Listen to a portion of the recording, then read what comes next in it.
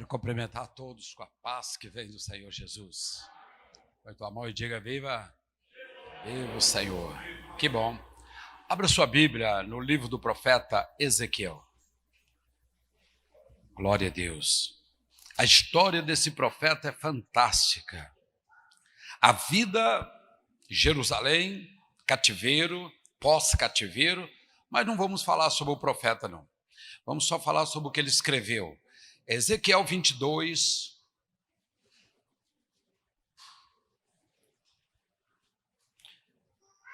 versículo 28, 29 e 30. Glória a Deus. A saída após cativeiro foi uma revelação tremenda, mas esse texto aqui, Deus vai tirar desse texto para dentro do nosso coração nesta noite. E os seus profetas têm feito para eles reboco de cal, não adubada, vendo a vaidade. E predizendo-lhes mentira e dizendo: assim diz o Senhor Jeová, sem que o Senhor tenha falado. Ao povo da terra oprimem gravemente, andam roubando e dizendo e fazendo violência ao aflito e ao necessitado, e ao estrangeiro o oprime sem razão. Busquei entre eles um homem que estivesse tapando o muro e que estivesse na brecha perante mim na terra, para que eu não a destruísse, mas ninguém achei. Por isso, eu derramarei sobre eles da minha indignação, com fogo do meu furor os consumi. Fiz com o seu caminho que recaísse sobre a sua cabeça, assim diz o Senhor. Versículo 30, busquei entre os homens um que estivesse tapando o muro e estivesse na brecha perante mim por esta terra, para que eu não a destruísse, mas ninguém encontrei. Amém? Pode se assentar todos vocês. Não deixe que ninguém roube de você esta rica oportunidade de você sair daqui diferente de como você entrou, ou você que está me vendo agora sair diferente, porque esses minutos que você vai presenciar aqui são sagrados, e olhe lá que nunca mais você esqueça desse momento. Estamos felizes porque Deus é bom. Amém? Se você perguntar ao mundo todo: olha, estou feliz porque Deus é bom, você vai ter um feedback de alguém dizer assim: eu também estou feliz porque Deus é bom. Mas na realidade as práticas não condiz com a fala. A pessoa diz que Deus é bom, mas pensa maldade contra o outro. A pessoa diz: mas Deus é bom, mas na sua prática diária ela não mostra que Deus é tão bom. Mas Deus é bom. Quantos creem? E Deus, ele é totalmente diferente do ser humano. Livro do profeta Samuel, primeiro livro, capítulo 17, Deus deixou claro uma palavra, a boca do profeta, dizendo: porque Deus não vê como o homem vê. O homem vê somente a aparência, mas Deus vê o que está no coração aqui. Quantos estão entendendo? Então, quando ouvimos isso, ou lemos a palavra que Deus é bom e a sua misericórdia dura para sempre, o Salmo 136 inteiro, nós vimos isso, nós acreditamos: Deus realmente ele é bom, muito bom. E eu fico feliz que no texto de 22:30, pastores, ele diz que Deus escolheu entre os homens.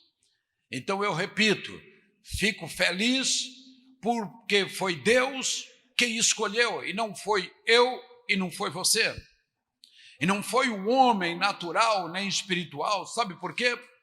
Nós temos partidarismos. Nós temos, às vezes, acepção de pessoa, fazemos acepção de pessoa.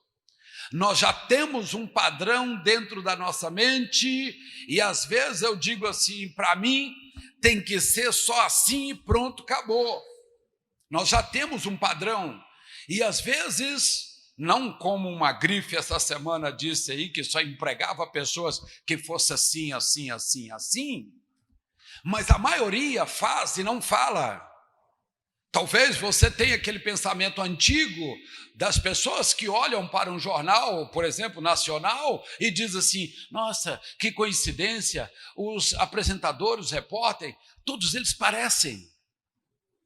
Você compreendeu o que eu estou falando?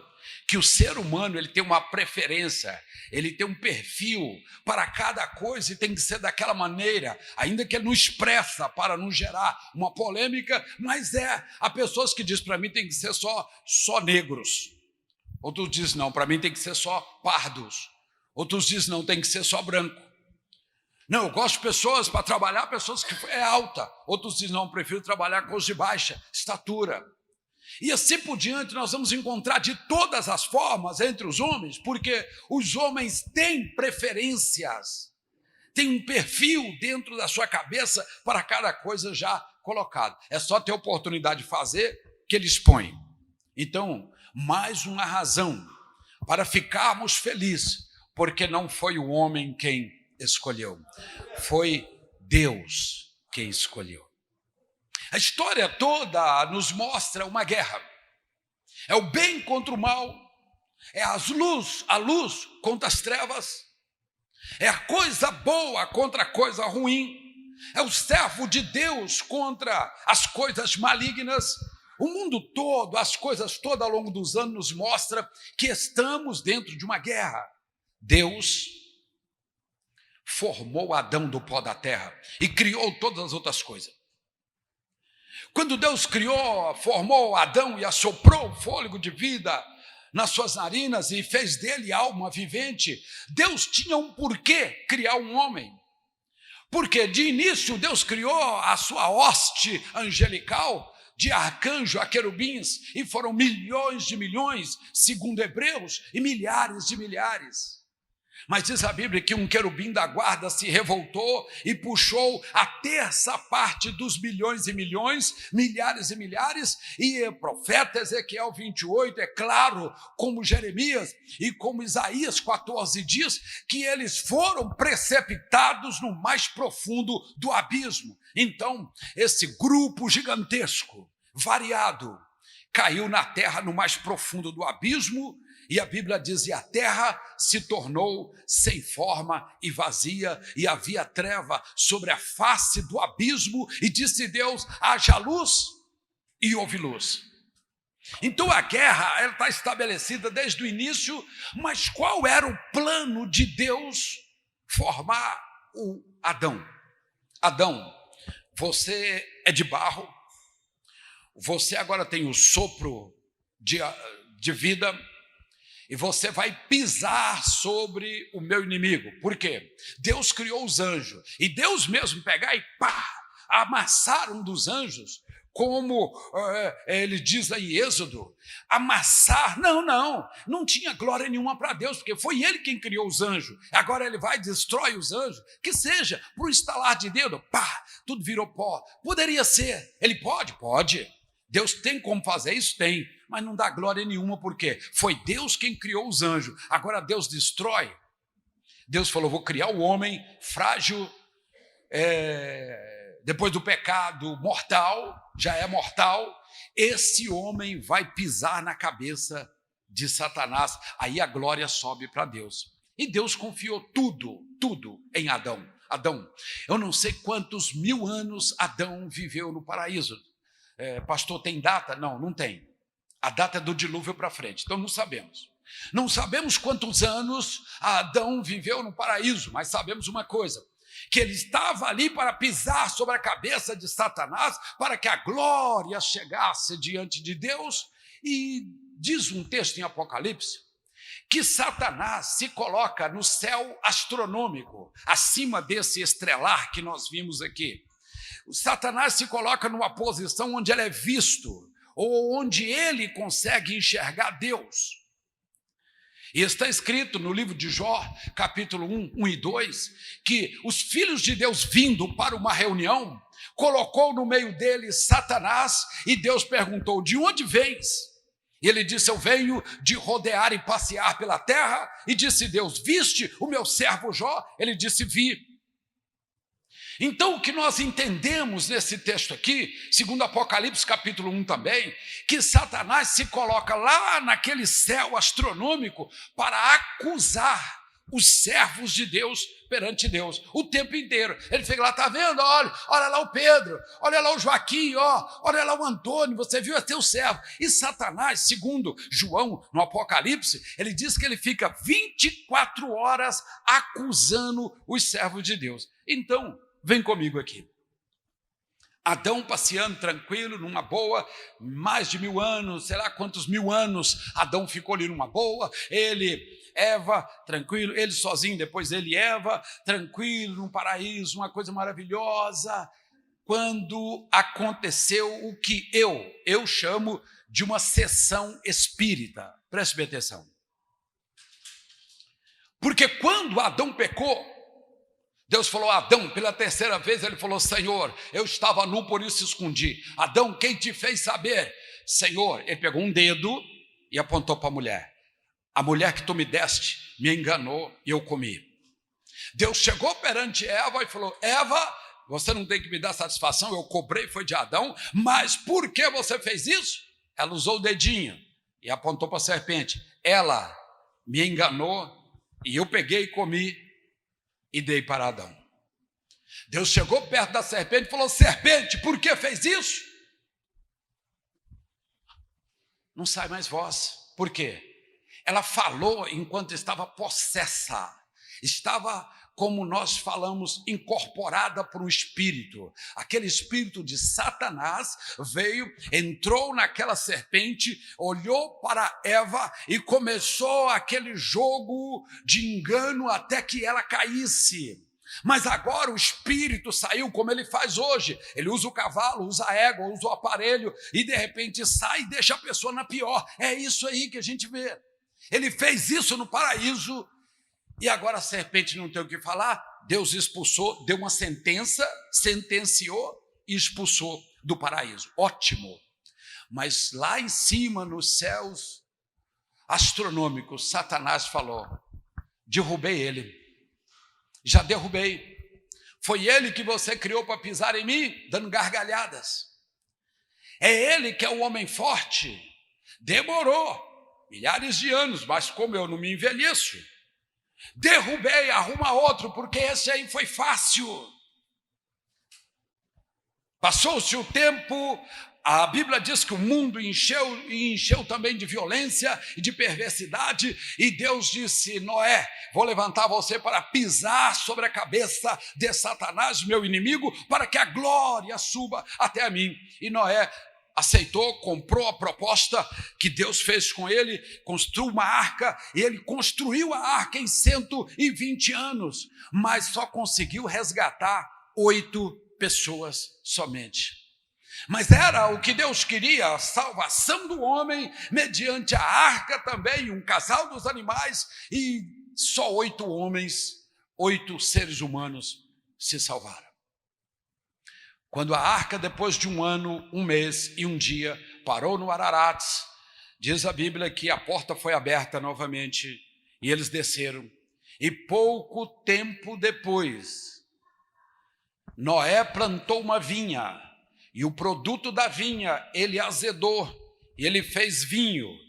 E ele começou a beber o vinho e aquilo começou a trazer alegria na sua alma. E ele bebeu mais um pouco. E começou a trazer alegria para a sua alma. E ele bebeu mais um pouco. E daí a pouco já não sabia o que estava fazendo. Começou a arrancar roupa na frente dos filhos. Aqui na Bíblia diz em Levítico que um pai não deve se despir na presença dos filhos. De maneira nenhuma, isso é um pecado grave. Então naquele momento ainda não existia a lei. Mas ele sabia, porque era a lei oral. Era apenas a lei oral que eles tinham. Sabia que não podia fazer isso. Mas agora ele não era ele. Ele estava bêbado, cambaleando. Tira toda a roupa e a história você conhece que um viu, se blasfemou, o outro veio com a capa e cobriu o pai, porque ele estava no terceiro estágio da bebida. O primeiro estágio é o leão. reda para lá, reda para cá, é comigo, deixa comigo. Vai não, amor, ele está armado. Tem problema não, tem medo de arma não. Ele é polícia, tem medo de polícia não. Cara, fica parecendo um leão, e ele fala grosso, e ele empurra todo mundo, e ele quer brigar porque é o primeiro estágio, leão. O segundo estágio é aquele que você conhece do macaco, que ele começa a fazer gracinha, pular de um lado para o outro, rolar, fazer gracinha, e todo mundo fica olhando e vendo o maior vexame dele, e ele achando que está por cima, que ele é o melhor de todos, porque ele está no segundo estágio, que é o macaco. Mas quando chega no terceiro, é o porco. O apóstolo João e o apóstolo Pedro, capítulo 1, 19, ele diz que o homem volta a lamber o seu próprio vômito. É quando ele cai e o cachorro lambe. É quando ele é jogado pelo lado de fora do dono do boteco. É quando os amigos não querem chegar perto porque está fedido, está mijado, está sem dinheiro. É estágio do porco. É aquele que começa a arrancar roupa. Eu lembro, fui a uma casa fazer uma oração para uma senhora e quando chegou lá o marido estava no terceiro estágio. Eu não dei muito bem com isso. E quando eu cheguei ali, eu presenciei uma cena deplorável de um homem que trabalhava fino em escritórios na Praça 7, homem que lidava só com empresários, com pessoas assim. Ele estava deformado, transformado, no pior vexame, arrancando a roupa. Ele descia, a roupa de embaixo subia, ele descia, a roupa de embaixo subia, na presença dos seus familiares, e tinha até criança. Eu olhei aquilo, senti mal naquilo, porque ele estava no terceiro estágio. Eu disse, o primeiro é o leão, o segundo é o macaco, fazendo gracinha demais, pula aqui, por aqui. O terceiro, ele é o porco. É aquele que já está no estágio que ninguém quer ficar perto. Noé foi desse jeito, e quando Noé ficou desse jeito e tirou a roupa, ele subiu. Foi lá no céu astronômico e falou com Deus, é ele, é esse construtor de caixote, é esse aí que você fez para poder pisar na minha cabeça, já derrubei, arruma outro, manda outro, porque esse aí foi fácil, somente 120 anos eu consegui derrubá-lo. Quantos estão entendendo? O propósito de Deus era pisar na cabeça de Satanás através da sua criatura, porque se ele mesmo o fizesse, não teria glória nenhuma sobre ele. Mas Deus olhou aquele e falou, eu tenho que melhorar. Vou criar um patriarca que pode falar comigo, que pode profetizar e que pode ministrar no altar. Ele tem 3 funções. Então os patriarcas, que também só foram 3, Abraão, Isaque e Jacó, e depois os seus derivados não foram mais, ele criou os patriarcas e pai da fé, segundo o escritor aos Hebreus, que é Abraão. Ele falou, com esse aqui ninguém pode. E Deus testou a fé de Abraão, e Abraão levou o filho para o sacrifício, e Deus testou a fé de Abraão, ele ouviu os gritos dos anjos. Deus falou, com esse aí Satanás não pode não. Mas existe um inimigo que o ser humano não é ainda capaz de detê-lo, chamado fome. A fome veio sobre Berseba, e Abraão agora caminha para o Egito, porque lá tinha comida. Mas quando ele chegou no Egito, ele percebeu que aquele líder religioso e político da época, ele olhou para ele e disse assim, ele tem uma porção de mulheres e ele vai ficar de olho na minha também, e a minha mulher é muito vistosa, é muito bonita, ele vai querer, e se eu falar que eu sou marido, ou se eu falar que eu sou o dono, não sei a linguagem que usava na época, ele vai mandar me matar e ficar com ela, porque era assim, está livre, é minha. Ele dizia, não está livre? Mata o marido, então já está livre, é minha do mesmo jeito. Então ele disse, eu não posso morrer, eu vou dizer que ela é minha irmã. E ele disse, quem é esta beleza? Ele disse, esta é minha irmã, era Sara. Quando eu falo esta beleza, talvez você está imaginando uma moça de 18 anos, 20 anos de idade. Ela tinha 65 anos de idade quando chegou ali naquelas terras. 65 anos de idade. Ela vistosa, provocava desejo às pessoas. Olhe bem como era a situação. E ele disse, não posso dizer que ela é minha mulher, eu digo que ela é minha filha. E diz a Bíblia que ele quase possuiu a Sara. E falou, mas espera aí, então você não é irmã, você é mulher, tirou a mão. E falou, longe de mim blasfemar contra o Criador. Chamou Abraão e falou, você me traiu. Você disse que era irmã e ela é sua mulher, por que você fez isso? Quase que a maldição do Eterno venha sobre tudo que eu tenho, então a partir de agora sai da minha terra. E ele foi expulso da terra por isso. Satanás subiu lá rindo, olhando para ele e disse: manda outro, porque esse patriarca eu já derrubei. Você está entendendo como é que Satanás não tem pressa? Manda outro, porque este eu já derrubei, não tem mais para ele, olha lá, está caído, ele mentiu, ele foi expulso da terra com a sua mulher, eu já o derrubei. Deus falou: eu tenho que criar alguma coisa mais rígida, eu tenho que dar regras, eu tenho que criar alguma coisa que tenha punição. Então Deus criou a lei e chamou Moisés, e Moisés para ser exatamente o executor daquela lei. Mas olhou para Moisés e falou: Moisés, o meu plano com você foi de 40 anos. Moisés nasceu na comunidade dos hebreus. A história você conhece, foi colocado no rio Nilo e pego por uma das 70 filhas de Ramsés II e foi levado para o palácio e criado como príncipe. 40 anos fizeram de Moisés um príncipe lá junto com os faraós. E depois de príncipe, ele saiu e ficou 40 anos no deserto, pegando experiência no deserto. Agora, com 80 anos, Deus fala: Moisés, desce novamente lá de frente de Faraó, o desafia, eu serei com você, e você vai vencer, e tira o meu povo de lá para uma terra prometida.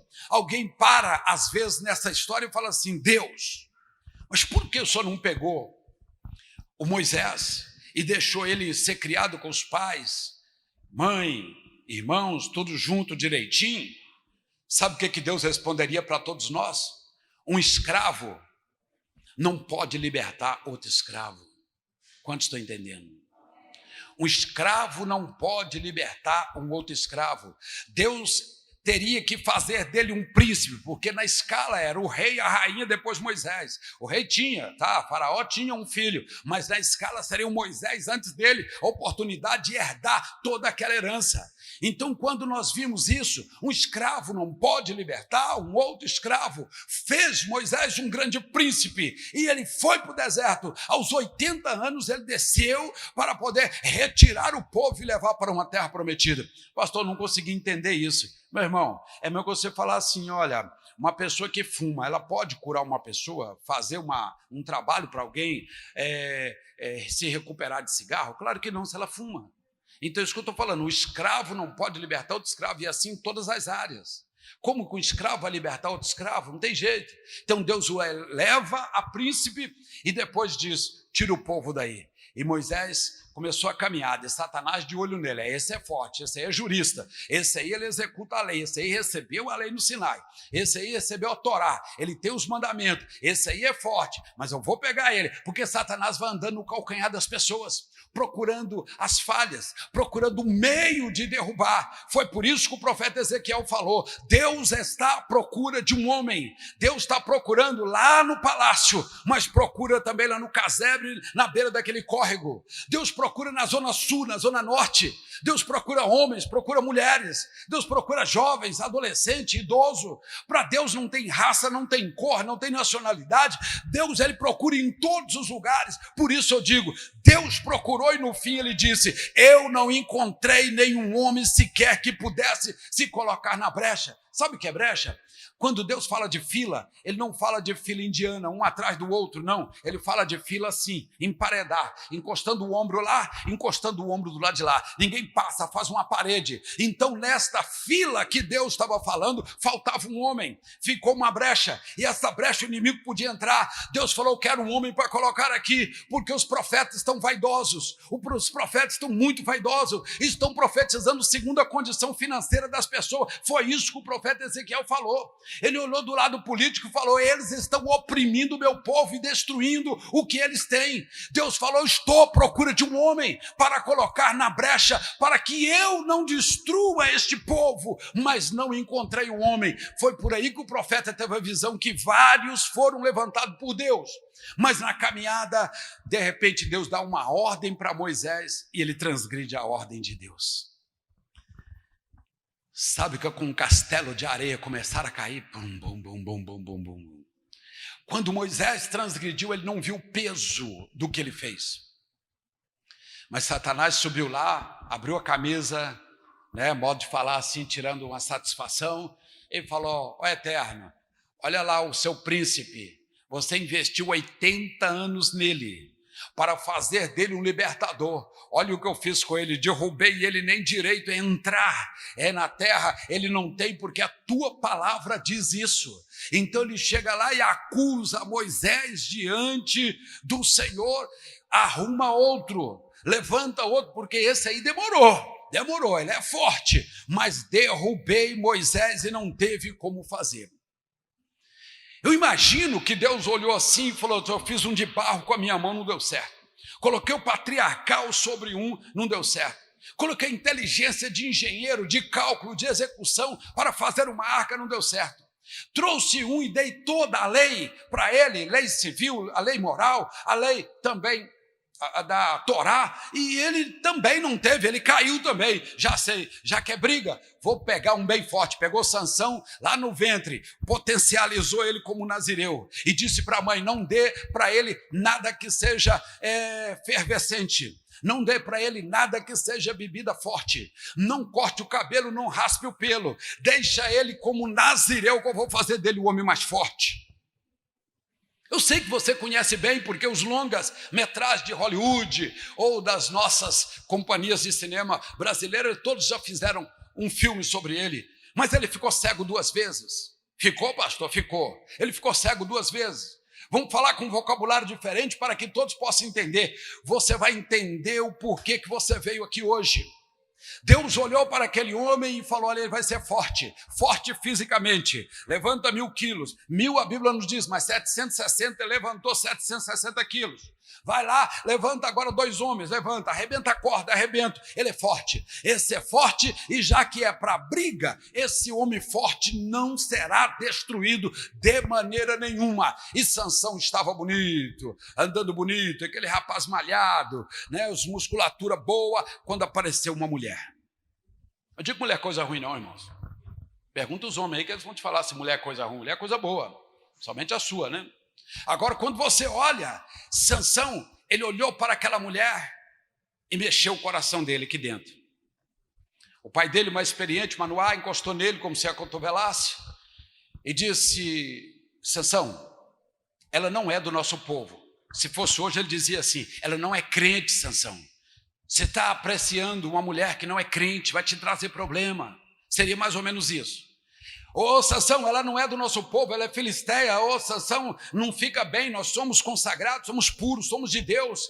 Deus aposta em você para pisar sobre Satanás. E esta mulher, Sansão fez como os jovens de hoje fazem.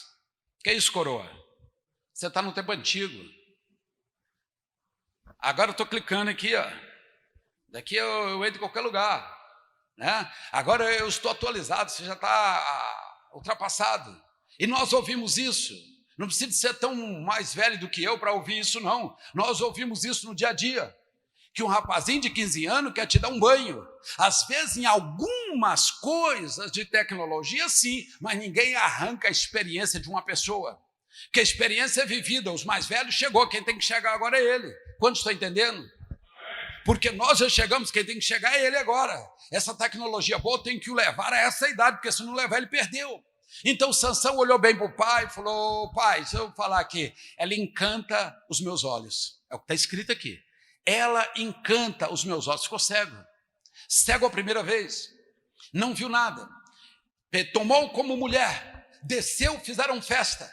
Tomou como mulher, e depois aquela mulher foi o mal na vida dele, destruiu tudo quanto ele tinha, e até os olhos físicos foram arrancados dele por traição daquela mulher, e depois dada para outro, a vida daquele homem acabou. Por quê? Porque Satanás falou: ele é forte, eu não posso com ele, mas eu vou esperar a falha dele e vou entrar.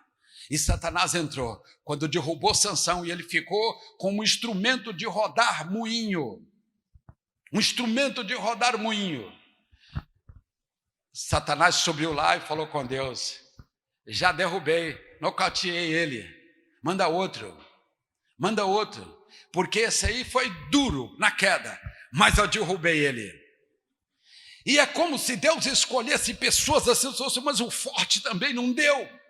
Vou pegar um guerreiro que tem espada colada nas mãos, um homem que não vai perder nenhuma guerra, um homem que tem o corpo no pasto e a cabeça no trono, e foi treinado desde pequeno a assumir esse posto. O grande Davi, nós sabemos disso.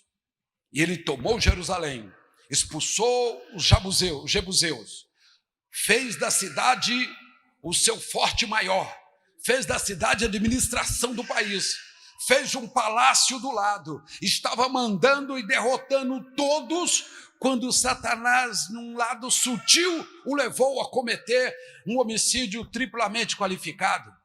Um homicídio horrível, que se ele viesse hoje aqui, ele ia ter vergonha mesmo depois de perdoado o que ele fez. Então, naquele momento, quando Satanás fez ele cometer isso, subiu diante de Deus e falou: palmas para o guerreiro, já derrubei o guerreiro também, manda outro. Deus falou: então tem que ser na sabedoria, porque na força, na espada, no sangue, não deu, tem que ser na sabedoria. E Deus agora prepara o Salomão, filho, e dá para ele toda a sabedoria, e a Bíblia é clara em dizer que não houve um homem mais sábio do que Salomão na terra, e nem outro viria, e por causa disso ele se tornou o maior em todas as coisas, e duplicou o terreno, a área externa de Israel, e fez dela uma das nações mais ricas da época dele, e levou milhares de estrangeiros a conhecer Israel, por causa da sabedoria dele, que não era para falar muito igual nós aqui. Ele falava 2 minutos, 3 minutos, acabou, já era para uma mensagem para o ano todo. Com a sabedoria, Salomão foi agindo, e Satanás falou: esse não dá não, porque a sabedoria que esse homem tem eu não consigo pegar. Mandou rainha, não deu, mandou rei, não deu, mandou peão, não deu, mandou guerra, não deu. Ele foge, ele não põe a mão no sangue, mas eu vou derrubar ele. E foi devagarzinho, com a dupla face. Vocês vão falar na dupla face? Não é 3M não, uma dupla face, porque existe 2 faces para Satanás entrar. Ou ele entra de cara, pisando alto, através da idolatria, porque através da religião ele implanta a idolatria, ou ele implanta a idolatria através da cultura. É cultura, pastor, tudo é cultura, mas ele leva a pessoa à idolatria. As 2 faces, a religião e a cultura, para implantar a idolatria, que é o maior pecado perante Deus, porque idolatria não é adorar um santo, não é isso. Idolatria é tudo quanto você coloca na frente de Deus, quer dizer, entre você e Deus, você coloca aquilo, é idolatria, pode ser qualquer coisa. E Satanás ficou olhando, falou: ele é vaidoso, ele tem muito, dinheiro não atrai, ele manda colocar do lado, mulheres ele tem 1000, não vai dar, palácio ele tem mais de 70, no lugar frio, no lugar quente, poder, eu tenho que achar alguma coisa, e foi mexendo, e achou a arte para introduzir a idolatria na vida dele, de forma que foi horrível os últimos dias, ou os últimos, assim, faltando 40, né? Dias de Salomão, foi horrível, se tornou idólatra, se tornou quase feiticeiro, se tornou um homem que ninguém mais queria estar perto. Satanás subiu lá no céu estrelar, olhou para Deus e falou: já derrubei o sábio, manda outro, porque eu já derrubei esse. Irmão, se você pegar ao longo da história, você vai ver aqui dezenas. Você vai ver que Deus pegou os patriarcas, não deu certo, levantou juiz, não deu certo, levantou profetas, não deu certo, levantou reis, não deu certo, levantou rainha, não deu certo, levantou reinos, não deu certo, tribos, não deu certo. Toda a qualidade de homem que Deus pudesse experimentar, ele não conseguiu um êxito até o fim, porque o que Deus queria é que o homem pisasse sobre a cabeça de Satanás para que a glória subisse até ele, e ele podia dizer para Satanás: está vendo? Uma figura insignificante, um homem que envelhece, que morre, para ver o valor que você tem, eu mandei ele pisar e ele pisou sobre você. Era tudo o que Deus queria até aquele momento, e houve 400 anos de silêncio na terra.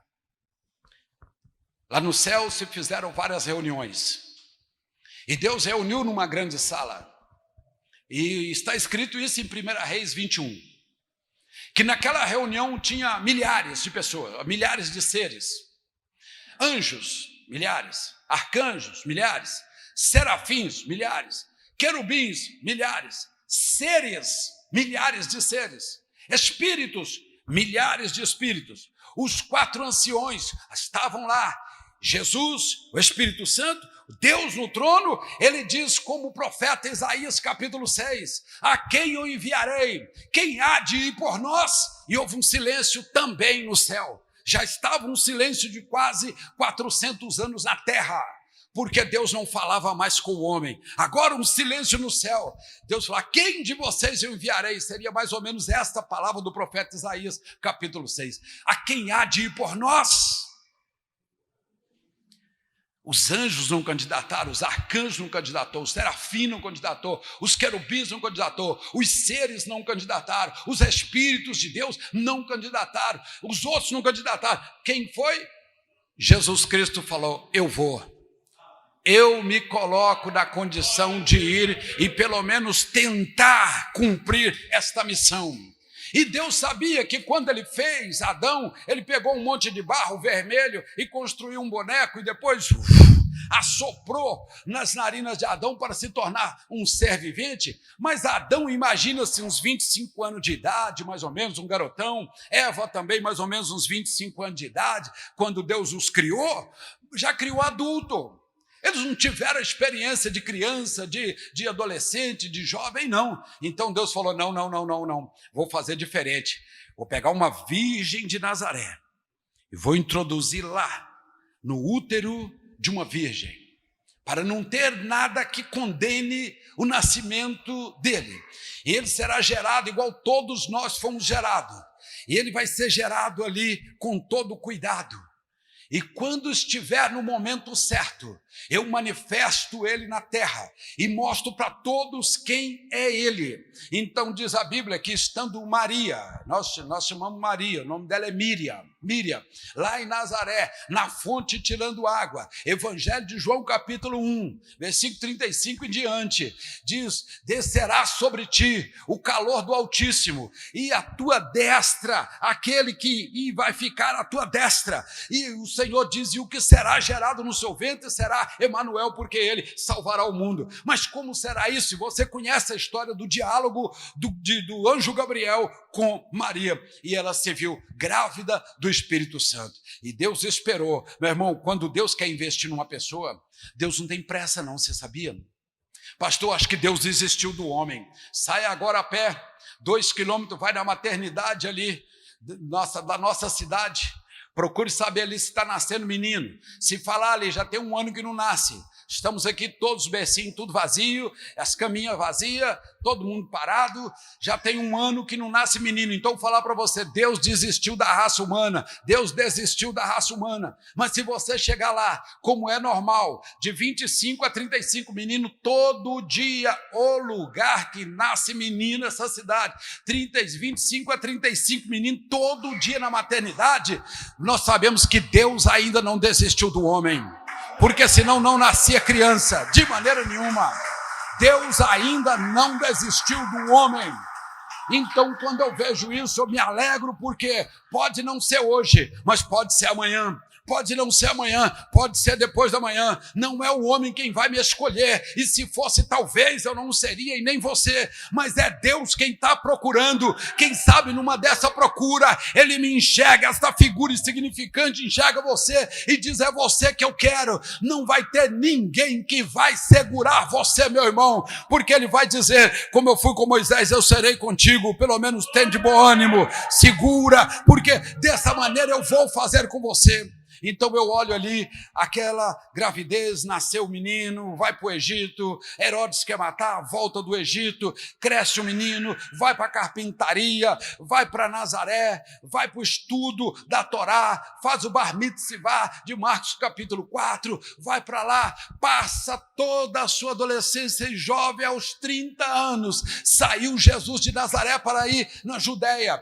para chegar ali e ser batizado por João. Está escrito em Mateus 3, de 13 a 17, quando ele chegou ali, que João Batista, primo segundo de Jesus, mas não viviam perto, o reconheceu como sendo o Messias, falou, mas é eu que preciso ir a ti para ser batizado e tu vem a mim? A primeira vez que Jesus abriu a boca no Novo Testamento, ele está escrito em Mateus 3,15, ele disse, deixe assim, João, para que se cumpra todo o mandamento, ou faça comigo, João, para cumprir o que está na Bíblia, que tem que ser dessa forma, o primeiro sacramento. E João entendeu e o batizou.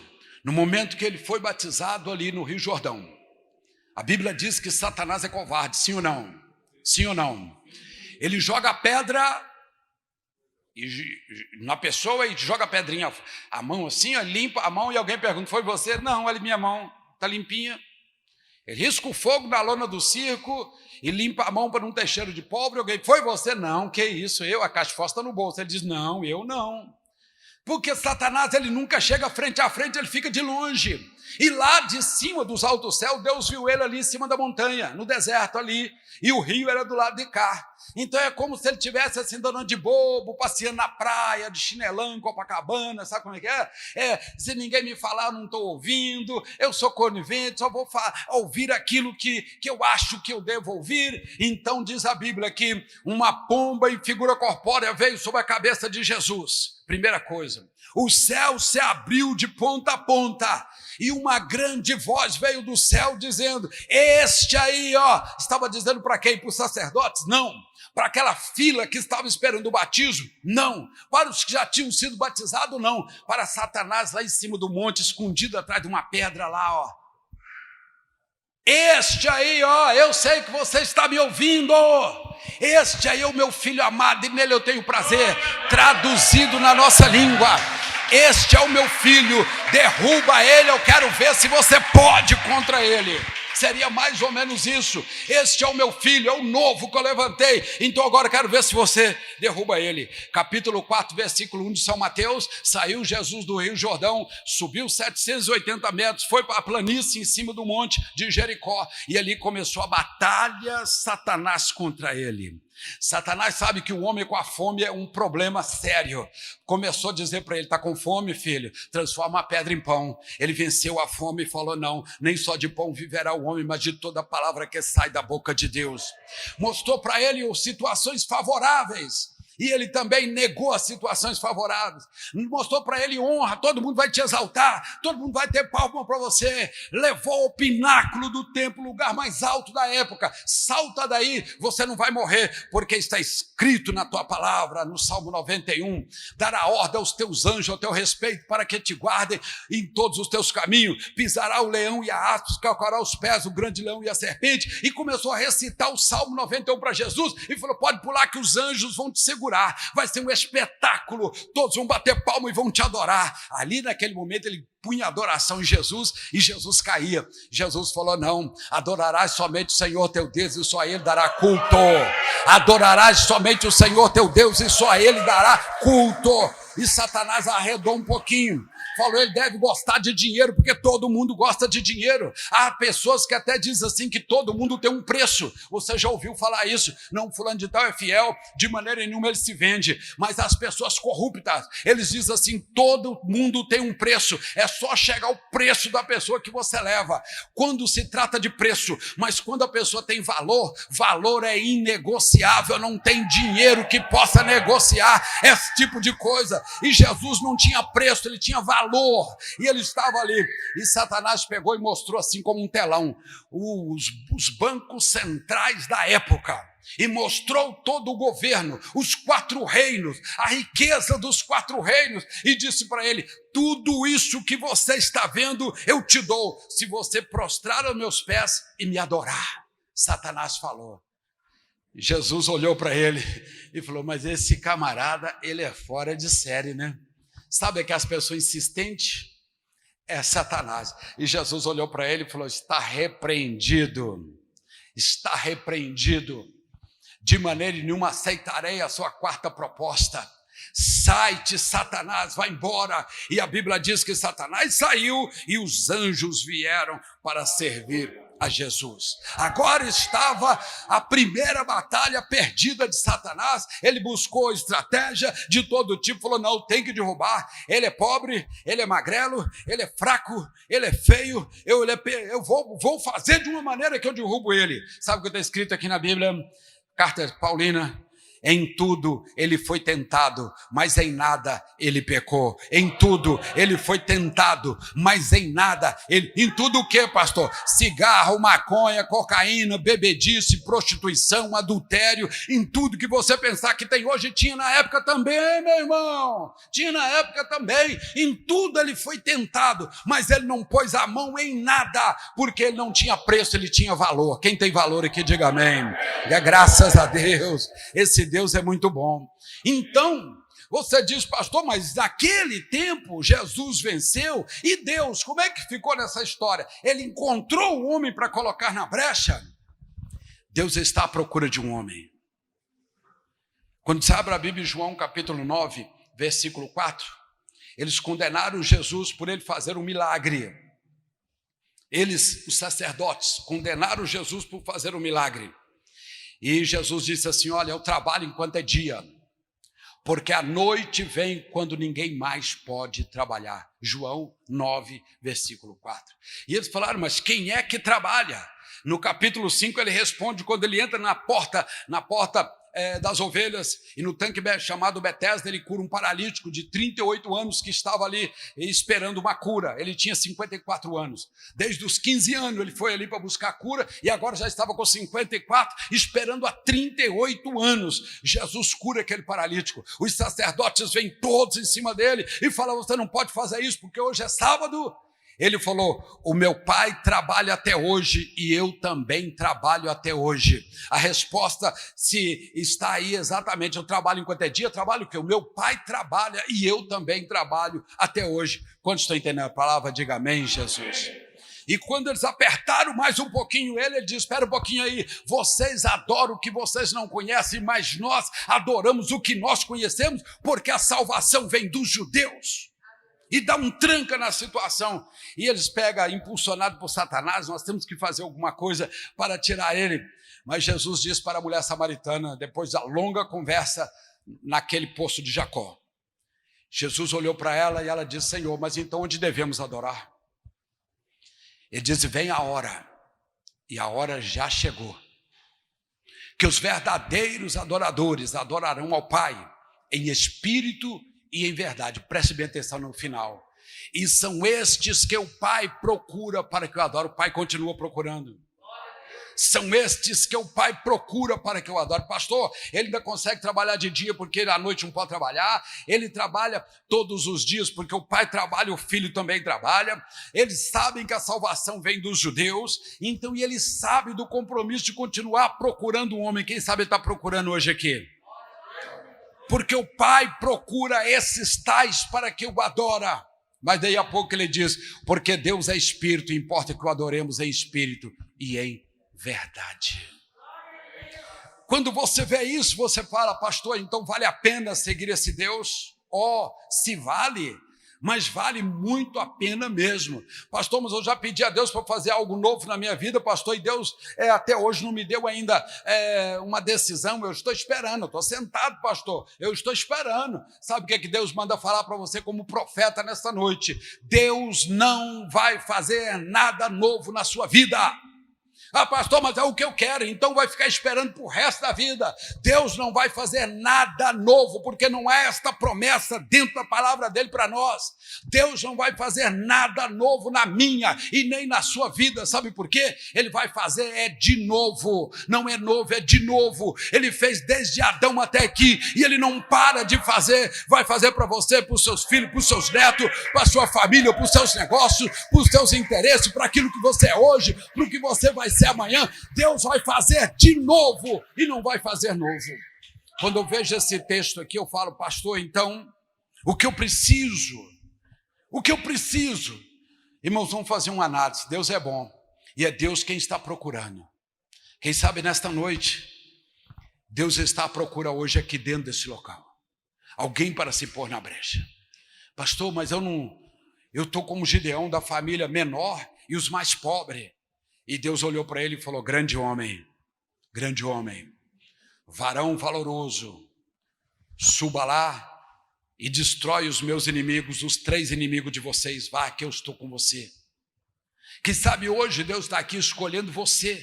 Na semana passada eu falei que o segredo é Deus puxar para o meio. Hoje eu estou falando diferente. E é um texto de revelação aqui muito interessante. Aciona aí o seu captador de revelação.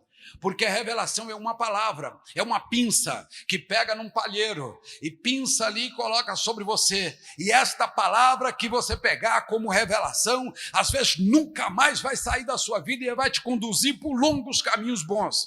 Quantos entendem? Deus já tinha várias experiências e não conseguiu, em todos os lugares, Deus não conseguiu tirar uma pessoa. Levantou Jesus e ele não conseguiu cair. De repente, está ali com Pedro numa conversa em Cesareia de Filipos, e Pedro dá aquela de vítima assim: ó Jesus, de maneira nenhuma isso acontecerá contigo. O Senhor está dizendo que vai para Jerusalém morrer, isso não acontecerá contigo. Jesus olhou assim e falou: é ele que está nele.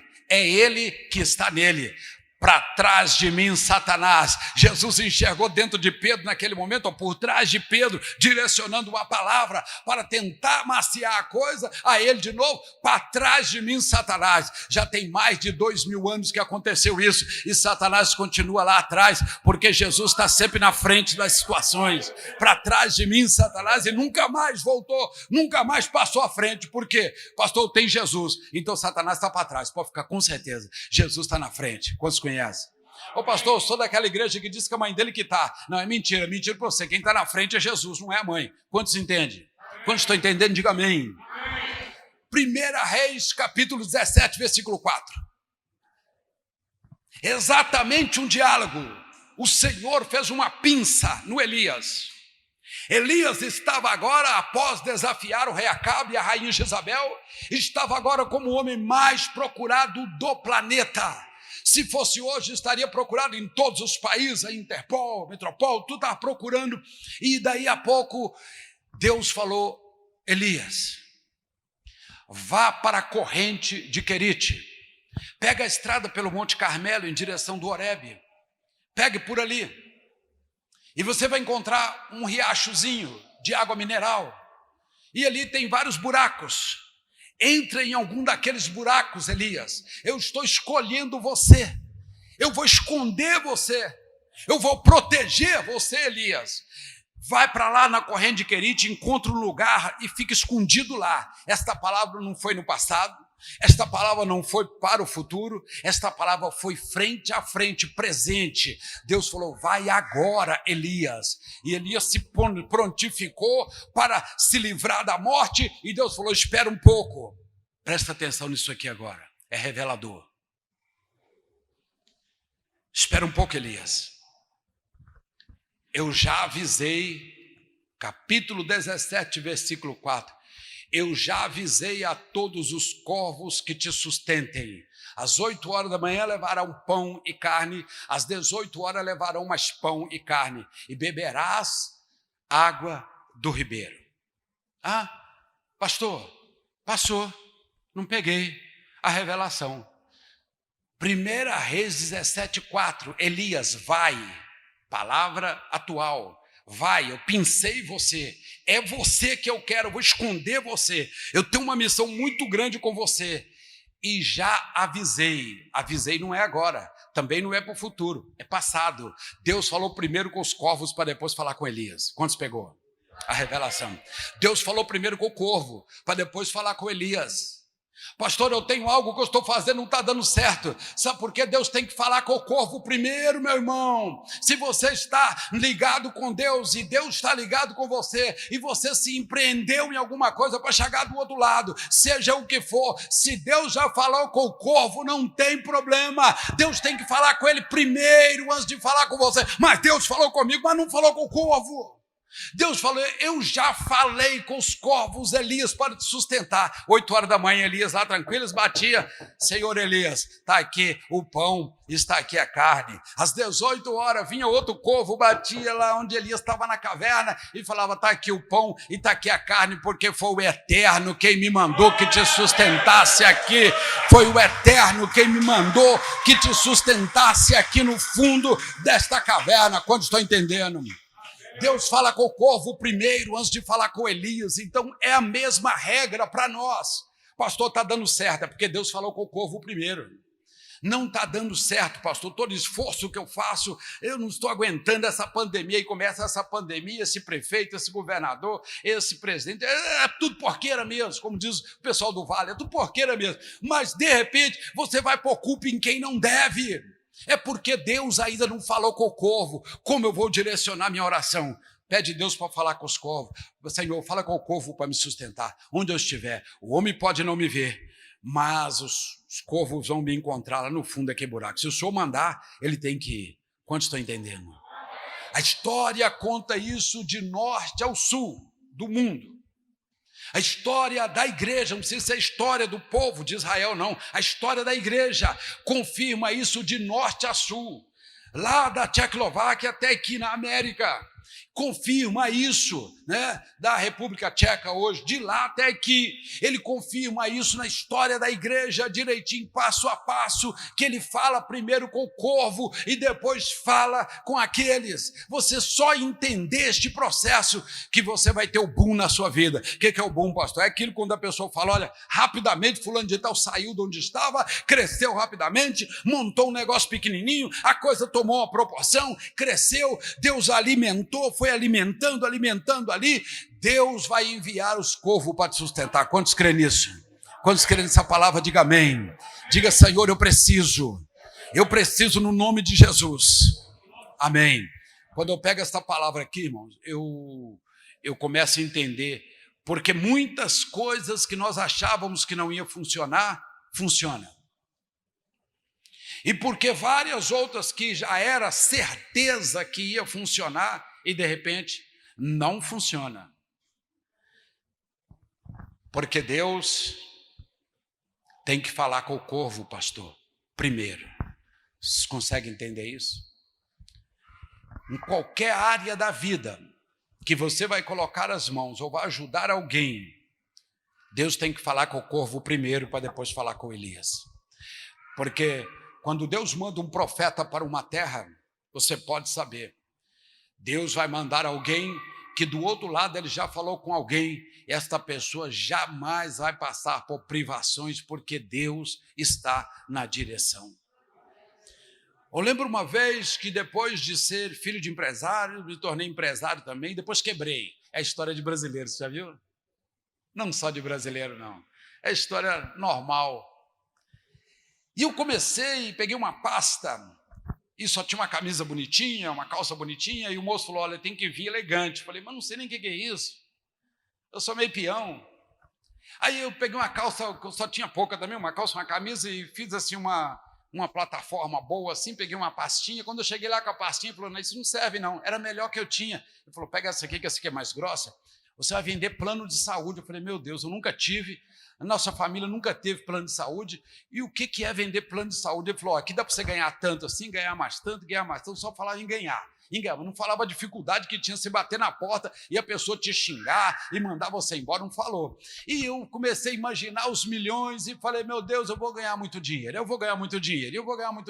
assim é a forma da autoajuda de brilhar a maioria das pessoas, mas é alguns que dão certo.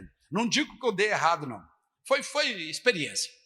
Peguei um pouquinho de dinheiro, vendimos umas coisinhas e investi no negócio. Peguei a pasta, igual o doutor, com a pasta agora, em Belo Horizonte.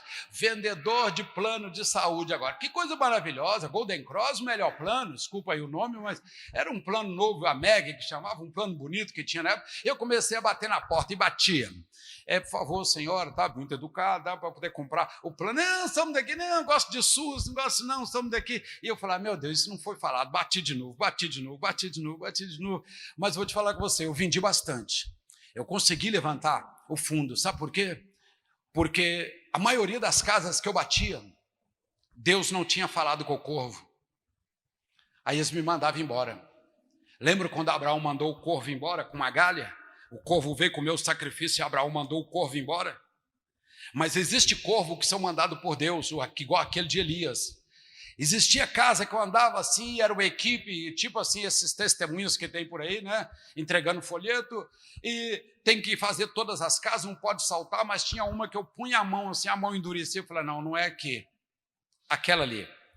E eu batia e dava certo, tirava um pedido, glória, Deus falou com o corvo. Hoje eu entendo isso, Deus falou com o corvo primeiro. Deus já pôs ele para dormir e sonhar que no outro dia ele tinha que encontrar alguém que vendesse um plano para ele. Irmãos, eu comecei 1, 2, 3, 200, 300, montou um escritório para mim. Fui lá para Barão de Melo, lá em cima, no Jardim América ali. Eu montei um escritório ali, falei, agora é aqui, agora que eu vou ganhar mesmo, que agora eu não sou mais vendedor, agora eu sou chefe de equipe. E comecei ali, Deus ia falando com os corvos, eu ia encontrando eles. Até o dia que Deus falou, Elias, sai-te da corrente de Querite e vai para Sarepta. A água secou, os corvos não vieram mais. 8 da manhã ele esperou, cadê o pão? Não veio. 6 horas da tarde, não, mas deve vir amanhã. 2 dias, não veio, ele entendeu, realmente Deus cortou. Irmãos, chegou uma hora que eu podia descascar a ponta do dedo de bater, que não dava mais nada, eu entendi que o meu tempo acabou de vender aquilo ali, e entreguei minha pasta e saí também sem dever a ninguém, mas eu ganhei muito dinheiro. Eu estou dizendo isso para você que trabalha, você que enfrenta a pessoa no dia a dia, para você que quer montar uma loja, pastor, eu quero montar um escritório, quero montar uma loja, eu quero representar uma marca, eu quero montar uma oficina, um segmento na automotiva. Eu quero montar alguma coisa, pastor, que eu faça e eu tenho a minha independência financeira.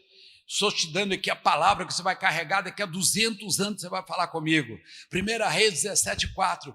Deus fala com o corvo primeiro, depois fala com o homem. Entenda isso, o homem faz o plano, a resposta certa vem de Deus.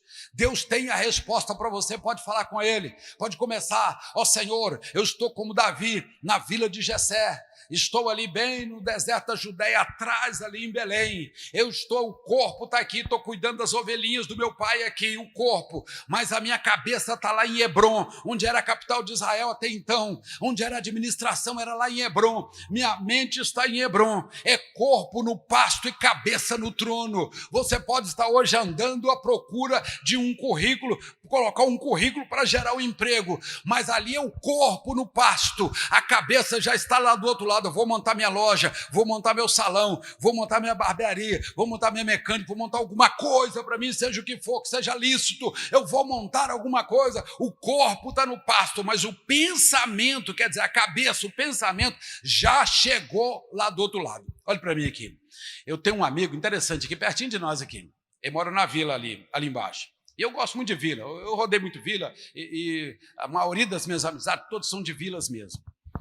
E ele construiu uma casa de luxo, parecendo uma casa de condomínio, com os melhores acabamentos, que ele trabalhou o ano todo para conseguir pôr piso numa sala, para pôr o melhor mármore daqueles que os ricão têm, ele tem dentro da casa dele na vila.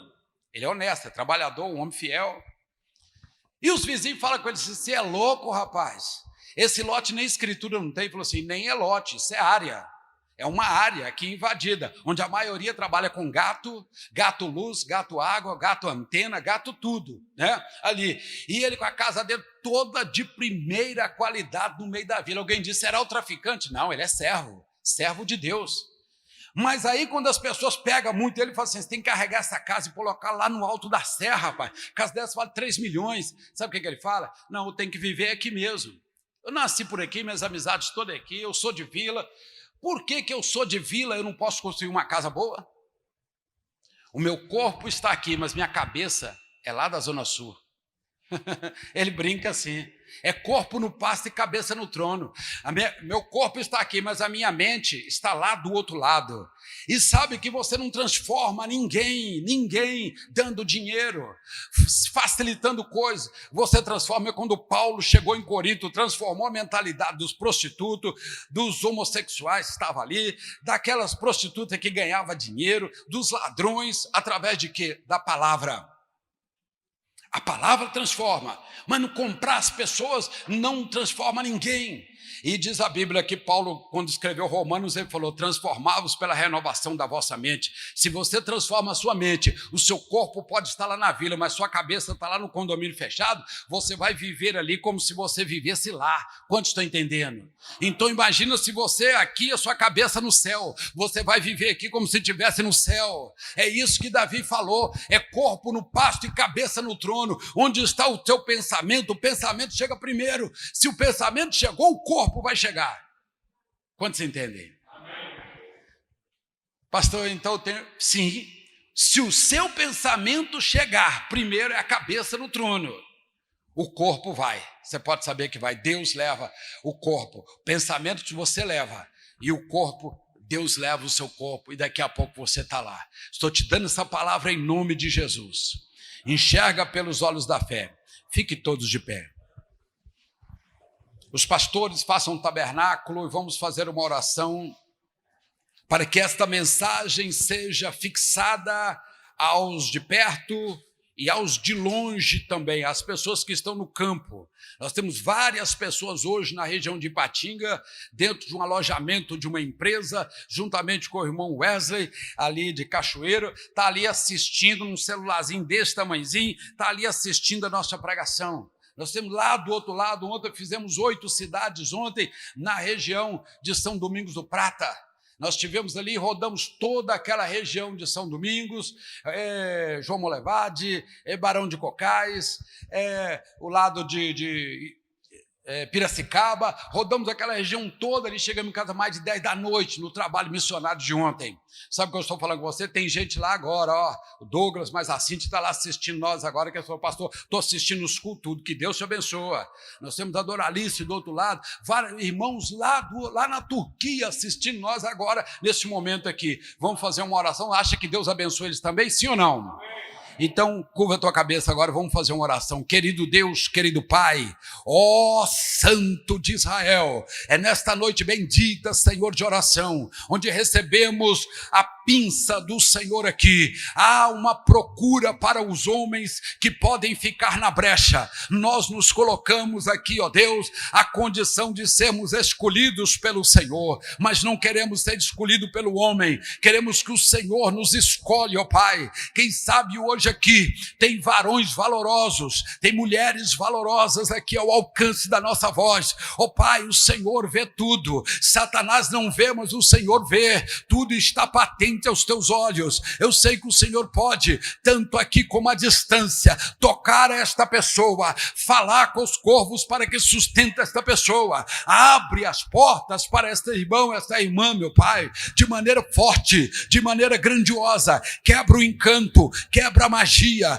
quebra toda a força espiritual do mal, toda investida de Satanás, toda palavra contrária, tudo que puxa esta pessoa, que tranca o caminho desta pessoa, que traz desânimo, que gera depressão, que faz com que esta pessoa não vai porque a porta se encontra fechada. Seja quebrada agora, Satanás, sai daí, tira tua mão daí, tira tuas mãos daí agora. O nome de Jesus é poder. Ó Pai, o teu servo pode ter errado, Satanás chega lá em cima para acusar, mas o Senhor tem falado: eu passo o sangue do meu filho nele, ele já está pronto novamente para guerrear. Então estamos aqui hoje, meu Pai, como os teus servos, lavados, remidos pelo teu sangue. Põe mesmo as mãos aqui agora, meu Pai, e começa a fazer o milagre. Deixa o milagre aparecer na vida desta pessoa que muitos falaram: quem é você? Você não tem jeito, para você não dá, a sua família não dá. Senhor, escolhe esse e confunde o grande, meu Pai. Escolhe essa e confunde o grande, sem dinheiro, sem nome,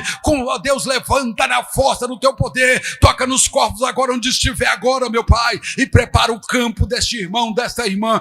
Eu estou orando agora, Senhor, eu oro contra as obras de feitiçaria, de bruxaria, as obras de encantamento, de encruzilhada, as que são arriadas, Senhor, ali nas árvores, aos Exu. Ó Pai, eu oro para que seja quebrado agora todo o despacho que foi feito na Catatumba, ali na Mata Virgem, na Cachoeira, ali na beira das praias, que o nome daquela pessoa ficou no alguidar com farinha, e que aquele frango foi espedaçado ali. Ó Deus, aquele reboque foi colocado, eu quebro pelo poder do teu nome. Sai daí, Satanás, tira tuas mãos daí, apaga suas velas, sai daí agora, Satanás, tira tuas mãos. Olha, a igreja está em guerra, os pastores estão orando, há poder no sangue de Jesus. Clama aí agora: pastor, o meu pensamento está indo longe. Então vai agora, onde o teu pensamento chegar, o corpo Deus leva junto para que possa chegar também. Vai embora, espírito, sai maldição, sai atraso, sai tranca, vai embora cadeado, sai daí agora, que sejam abertas as portas diante desta pessoa. Pai, eu oro para destruir o espírito do vício, o espírito do cigarro, da maconha, da cocaína, do crack, do êxtase, o espírito das drogas sintéticas, de farmácia, as drogas naturais que têm destruído os nossos jovens e todo aquele que tem um contato com esta maldição. Eu oro para que esta pessoa seja liberta também da bebida alcoólica. Ó Deus, o dinheiro vai todo ali e a pessoa fica no primeiro, no segundo e no terceiro estágio e fica sendo chacota para Satanás. Satanás, tira tua mão daí deste pai de família, tira tua mão daí dessa jovem, desse jovem, desta mulher, tira tua mão daí agora, sai daí, Exu, sai daí, caboclo, sai daí, preto velho, vai embora, todo espírito maligno que tem levado esta família à destruição. Pai, eu estou entregando nas tuas mãos agora, acenda o fogo eterno. Ó Deus, quando Satanás caiu, houve trevas, mas o Senhor diz: haja luz e houve luz. O Senhor venceu desde o começo, o Senhor nos mostrou vitória desde o começo. Alguns homens perderam uma batalha, mas hoje não perdemos mais, porque há poder no sangue do teu filho, e quando somos acusados todos os dias, o Senhor também tem a resposta. O sangue de Jesus purifica de todo pecado. Pai querido, nós estamos aqui de pé porque o Senhor nos escolheu, mas se tiver uma missão, eis-nos aqui, Senhor. Confirma a tua palavra em nome do Senhor Jesus. Todos digam amém. Levante a mão direita e diga: Senhor, meu Deus e meu Pai, tomo posse desta palavra em nome de Jesus. Tudo que não dava certo, tudo que alguém disse que não dava certo, eu tomo posse, eu coloco a minha cabeça, o meu pensamento, onde eu pretendo chegar, Senhor, e eu sei que o Senhor me levará até lá. Diga em nome de Jesus: sai do meu caminho, Satanás, sai as trancas, sai os cadeados, toda a porta seja aberta. Diga em nome de Jesus. Bate o teu pé direito e diga: Senhor, eu tomo posse desta palavra nesta noite, em nome de Jesus. Glorifica o nome dele com as suas palmas bem forte.